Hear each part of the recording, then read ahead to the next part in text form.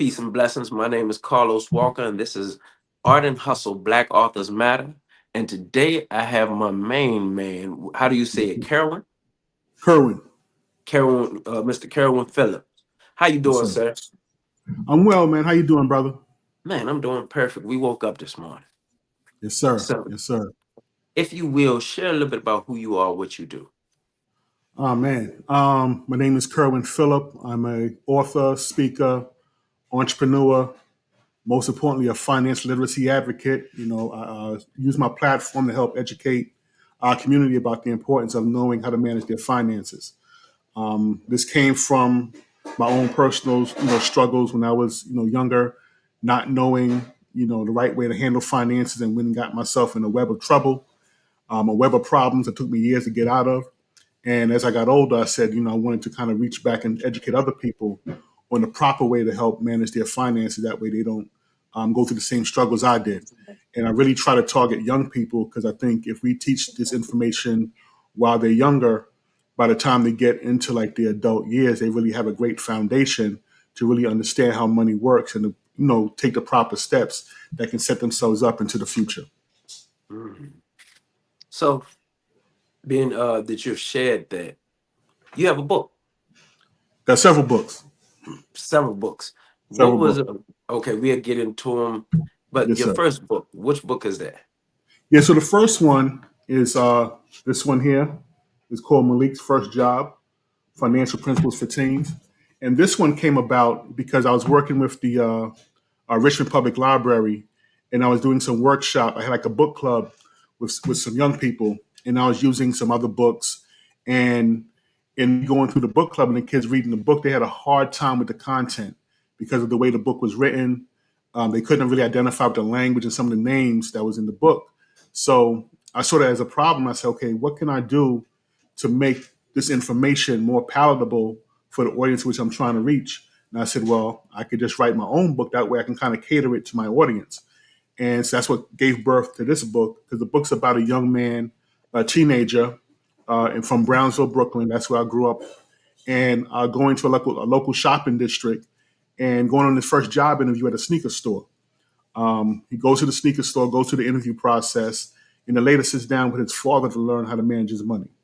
And I felt that, with the whole setting of the book being in the inner city, Mhm. kids can relate to that. Going to a sneaker store, right? Because our kids are into sneakers and fashion, and just some of the language which I use is again more relatable to the audience, that the kids will want to read it because they see themselves in it, and not some Mm. foreign entity. That way, if they see themselves in it, they're more apt to want to pick the book up and digest the information that's provided within it. And I will say that recently, this book was featured in Essence Magazine as one of the top books to raise money smart kids. So, Mm. it caught the attention of someone from Essence.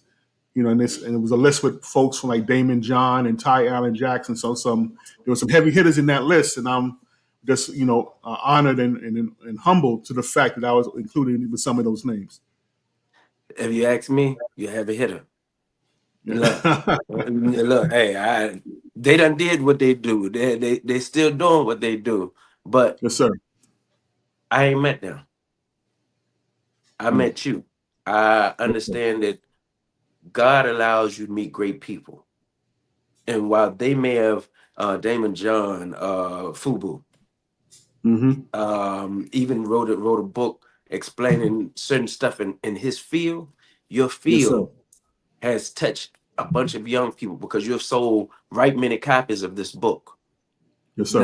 Not only have you sold a plethora of copies of this book, you have also inspired by being in front of students and grown-ups because of this book. Yes, sir. Yes, So sir. for Yes. me, one, as always, I always tell you, I'm grateful to be able to know the impact that you are making on this level. And to me, that's, hey, Damon John is Damon John and everybody else, Right. but you were meant to be where you was at in essence because you put the work in, because this book is actually real truly impactful for our youth. Their books may teach something, but you're teaching them how to do something early. Yes, sir. So if you will, go into your next book. Yeah. So the next one, just released this one a few months ago. This one is called The Money Twins. Nigel and Nigel learn about payment methods. This one came about because think about nowadays. Well, think about when we were coming up. When we dealt with money, we just dealt pretty much with cash, right? Mm-hmm. Now, nowadays, when you go to the store, you see people using cash, credit cards, debit cards, people tapping their phone, people using Zelle, Cash App, Venmo. And oftentimes, children, they'll see their parents doing all these different things, not understanding, okay, where's this money coming from? Okay, if I'm Mm-hmm. sending some money from Cash App, not knowing, okay, that's linked to your bank account. Or Mm-hmm. understanding that, okay, you have a credit card and a debit card. A debit card, again, linked to your bank account so that when you're Mm-hmm. swiping it, it's coming right out of your checking. Whereas a credit card, that's more so like a loan that you're getting from the bank, and that money has to be paid back, right? So just something for like this book is written for like elementary school age kids, giving them like some of the basic concepts and understanding. Okay, this is where this is how cash flows from different devices, and help spark conversation. Because oftentimes, within the household, parents don't really know the right approach to Mm-hmm. spark conversations about money, right? So with a child, reading this book with their parents, this helps sparks conversation within the household, and again, start that money conversation early. Mm-hmm. You And know, to your point, spark conversation, but even if they don't get it, they're getting it. yeah, Because what happens is information, most especially I like to use myself, some of the stuff that I may have read or taken in early on, I may not have really, it didn't click at the moment, but right, I have the information, and when it do register, now I know where I got it from, and I can always be like, oh, I learned this early. yeah, Because they may not, a 6 year old, 5 year old, they may not truly understand, but if they get the concept, hmm, basic concept, as they grow older, they'll realize, oh, Mr. Phillips' book was something that empowered me. They'll be able to right. go back to that time frame where they started gathering the information. Right. Yeah, because sometimes we give children information, but we have to allow life to catch up with them, to catch up to the Hmm. information because they don't have the experience quite yet. But if There you we go. if you set the foundation, then they always have like a reference point to go back to, right? Or they may say, you know what, I remember hearing about a credit card or a debit card. I remember hearing about stocks. Matter of fact, it was in that book that that brother gave me. Let me go back. What matter of fact, it's on the bookshelf. They can go back and now they can refresh the information they read before, but it didn't click. But Hmm. now that life caught up with them, and it's like okay, it caught up with the information. Now they can reference back to the book and say, okay, this is what it is, and kind of build upon there. So one, I want to thank you for your journey because it's your journey that your first book sparked. If you will share a little bit about some of the, I guess you could say, some of the webs you may have created yourself, because I'm just using your words, I some of the got you. webs Got that you. may have pushed you to understand what you know now, because experience is the best teacher, they say. Of course, And of course. uh, we don't want that to be the, sometimes to always be, but it is when you get tangible. Yeah. So share a few of those things. That way the readers or the audience can mess around and gather the information of what not to do or how Hmm. you came about. Right. So I would say like early on, after I graduated from college, getting my first job, didn't really get into the habit of like creating a budget or even saving. Right. So when I was getting paid, I was working, and it was like every Friday was a cash out, right? I made sure my bills were paid, right? But then after that, it was like, okay, well, this rest of this money for me to go and spend, right? So Mm, me and my girlfriend, my wife now, but my girlfriend at the time, we would say, okay, I got paid. Okay, light bills paid, rent paid, this, that, and the third. Okay, bet. Let's go to a new restaurant we never been to before. So we would just, we would just splurge, with that money. Said, you ain't got to worry about it. I got another paycheck coming next week. mm, So living a lifestyle of just spending, and not really budgeting. So then eventually life is going to hit you with an mm, emergency, right? And when you have, let's say, the car breaks down and you don't have the funds to fix the car, now you have to look for alternative methods to get that money to fix the car. So you may go to a lender that may charge you a high interest rate because you don't know no better, right? Mm-hmm. And now you caught up in a web of predatory lenders where you're paying high interest rates, and it's hard for you to get ahead because the interest rate is so high. And then you jump to another somebody. So, well, I'm falling short on this, so I go to somebody else and I borrow more money, and I'm borrowing money from every Peter to which pay way I Paul. could, you know. And now I'm caught in a web of debt, Mm-hmm. and it takes a long time to get out of it, So if I had took the time to understand, okay, sit down and learn how to budget, make sure you're saving 10% of your income, you make sure that you're investing a certain portion of your income and things of that sort, then I would have been better prepared for when life happens or when life happened. So that's one of the key points I put in the book. One of the first lessons is to pay yourself first before you pay anybody else. And it's better in the younger years because as when you're younger, you have very little responsibility. Mm-hmm. So it's easier to put some money to the side because once things happen, you get older, start having children and things of that sort, that those responsibilities increase and it's harder to stretch that money. But if you start early when things are light, then you have a good foundation for you to build upon. Then you'll be able to grow from there. Basically, set yourself up with a discipline. Exactly. Is the discipline in being able to put aside 10% Yeah. to get in that habit where no matter whether I got $100 or whether I got $10,000, I didn't got in this habit of stacking back 10%. So now with this little money while it's working, when the big money come, I'm still doing the same thing. Yep. So, Have you ever read the book The Richest Man in Babylon? yes, sir. Yes, sir. You just gave some principles. That's the reason why, and it brought that back to my memory when you said Right. about the 10% about doing certain things. Having these principles or this discipline sets you up for winning. Yeah. Because that was actually the book I was using for the book club. you know. Mm, And if you remember the book, some of the names in the book is hard to pronounce. And the whole setting yes. of itself, the kids couldn't relate to. They're like, "What's ancient Sumeria, ancient Babylon? Why are they talking like that? What's how you pronounce that guy's name?" And so I was like, you know what? That was a challenge I was having because we was having so much conversation about the name and the setting. It was That taken was away from the losing lesson. conscience. Mm. That's why I say, I got to kind of switch it up and put it in something that's in a form that's more relatable to the kids. One, I appreciate that because it's a book that I supposed to been done read it. I'm about to start reading it, The Blueprint to Black Power by Yeah. Dr. Amos Wilson. You don't heard this Yeah. book. Uh, Yeah. he was here eh, out the roof. But what he Hmm. didn't do it was break it down to the people who need to be able to take this and be able to understand it Right. where he was at mentally. And what I Yeah. think, being that you brought this point up, when I think about books like The Richest Man in Babylon, the words may be outlandish for somebody else, and they got to go to the dictionary, which ain't a bad thing to be able to do, is to go and be able to search it up and find. But you want to break it down to the simplest term Yeah. where somebody can truly learn, because they say if you can teach a baby, it's easy to teach a grown up because Yeah. it's universal.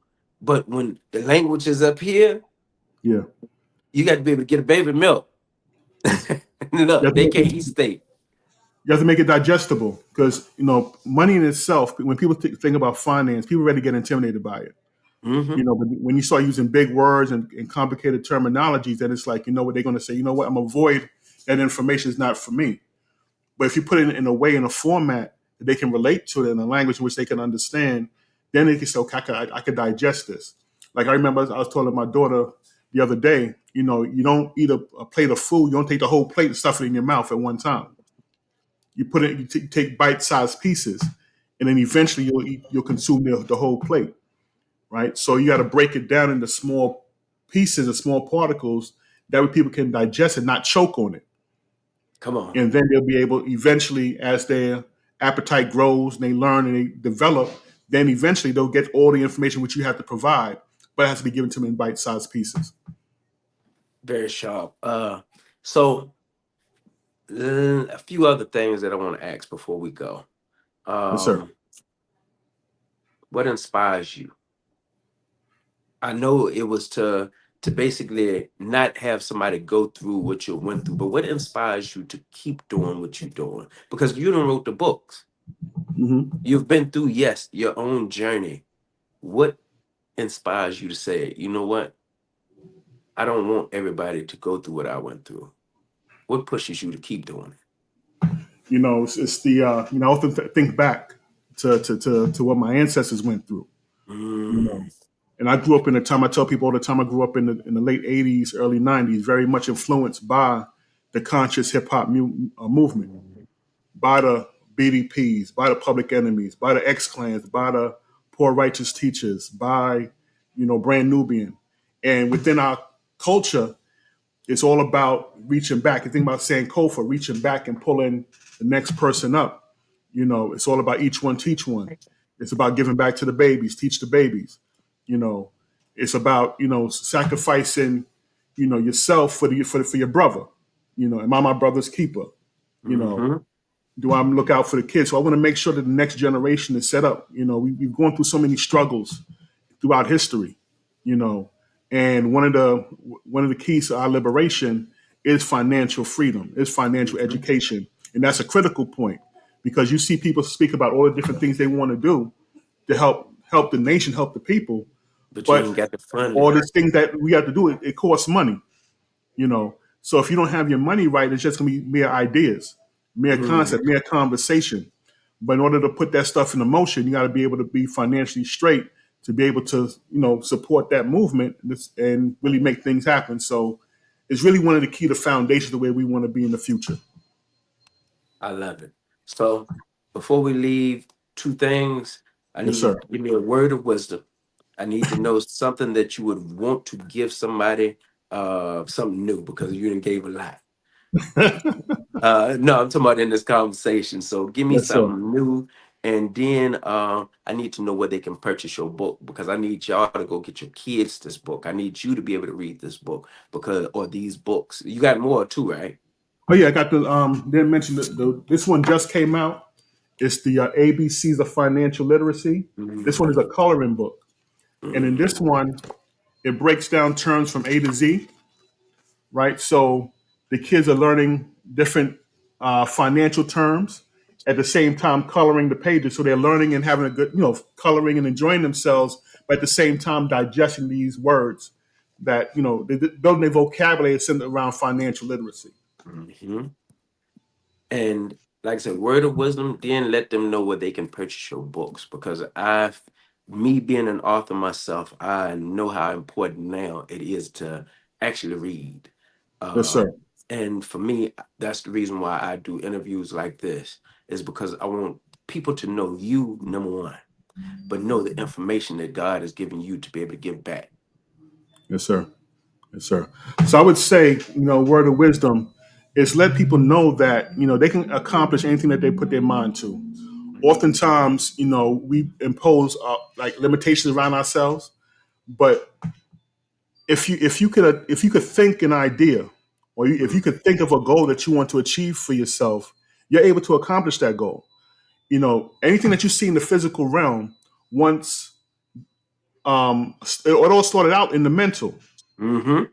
This laptop that we're sitting in front of, these microphones, these cameras, it all started as an idea in somebody's mind, and then what Mhm. they had to do was to take that idea and put it on paper and Mhm. create like a blueprint or a plan. And then they reviewed the plan and said, okay, well, I see it on paper in black and white before it came from the spiritual realm to like Mhm. two dimension. Now I need to take this and build a model around it and put in the third dimension in 3D and make it Mhm. real. So the same thing you can do with your ideas and your dreams and your goals. It starts in your mind where you want to be. What goals do you want to achieve for yourself? Do you say, okay, I want to have X amount of dollars saved up, or I want to be an astronaut. I want to be a podcast. I want to be an author. I want to be an actor. Whatever you want to, whatever goal you're trying to achieve, it starts up here. And then you said, you know what? People always say, write your goals down, right? This is where you put down the blueprint. Okay, this is the I want to be an actor. I want to be an author. I want to do this. And then you look at it, say, okay, well, now how do I get there? Okay, this is where I am right now. So in order for me to be an author, I need to start writing. In order for me to start acting, I need to start taking acting classes. In order for me to be a photographer, I need to go buy a camera and start taking pictures. And from there, you start creating the roadmap to get to where you want to be. Or say, well, I need to do it. Okay, these are the steps. I do this step 1, 2, 3, 4, and 5. Right. The same way as if I'm traveling and I'm here in Virginia and I'm trying to get to New York, I put in my GPS. Okay, the destination or the target is for me to get to New York. Okay, bet. I put it in my phone, and now my phone gives me the steps to take to get from here to New York. Okay, I can get on 95, and from 95, I get on the turnpike, X, Y, and Z, right? And it gives me step-by-step guide. And then I follow those steps. So the same way is that you set your goals, the destination where you want to be, you map it out, you write it down, right? And then from there, you say, okay, how can I make this real? And nothing is impossible. It may seem impossible at certain times, but any person who has achieved any type of goal, right? Any major goal or whatever, they had to go through challenges. Come on. And what often happens is that when people try to pursue certain goals, they have to jump through certain hoops or climb certain mountains, and oftentimes people give up, and that's why they fail, because they said, you know what, I can't do this anymore, and they stop. But if they figure out, okay, how can I get around this mountain? Do I need to run through it? Do I need to climb over it? Or can I go around it? And they start thinking and say, okay, this is how I do it. This is how I navigate it. Then they learn to overcome those challenges and still stay focused on those particular goals. That's why people say never give up. Never give up. Right? Never give up. Keep going. Keep pushing. Because if that dream or goal is the most important to you, you're going to figure out a way to get past that obstacle. Come on. Right? And this is like the other day, when I spoke to those parents at the parent meeting, I spoke about the fact that oftentimes we see a child, right, when a child learning how to walk, right? How many times does a child fall before they figure it out, right? Imagine if you saw your child fall and say, you know what, a parent says, okay, get up again, try it again, get up and try it again. But imagine if you said, you know what, you fell, just lay there. You have grown adults still crawling around on the floor. Good God. Right? So failure leads to success. Every time you fall or every time you fail, you figure out, okay, let me do it a different way. And you may try a different way. So, okay, you fall again. So, okay, well, that didn't work. Let me try option C. And you fall again. Okay, let me try option D. And eventually, from you falling, every time you fall, you say, okay, this is how I balance it. This is how I figure it out. And eventually you'll start walking, or the child starts walking. Then once a child figures out walking, you right behind that is they're running, and you chasing behind them. And you remember that when maybe like 2 months ago, you just on the ground crawling around the place, and you're just trying to figure it out. But after every time you fall, you say, "Oh, that hurt. I ain't trying to do that again. Let me try this. Let me try it a different way." And that failure helps you balance yourself and learn how to, figure it out and say, "Okay, this is the right way to go." And if you keep pushing and keep moving forward, you get to where you want to be. Just don't give up. Don't give up. So last thing, share with people where they can find your books, because they need this information. Yes, sir. So you can go to my website, maliksfirstjob.com. The books are also available on Amazon, but if you want to get an autographed copy, you have to go to the website, maliksfirstjob.com, and all the books are available there. Look, get that signature. To me, greatest thing that a person will give you is not the information that they know, but their name. Yes, sir. There's a verse in the Bible say he'll make your name great. Look, the man is great. Reach out if you need to get it from off Amazon, get it. But Right. I personally would tell you buy it from him. Look, Yes, my sir. name is Carlos Walker. This is Black Art and Hustle, Black Authors Matter. And this is my main man, Mr. Kerwin Phillip. Blessings. Peace. Peace.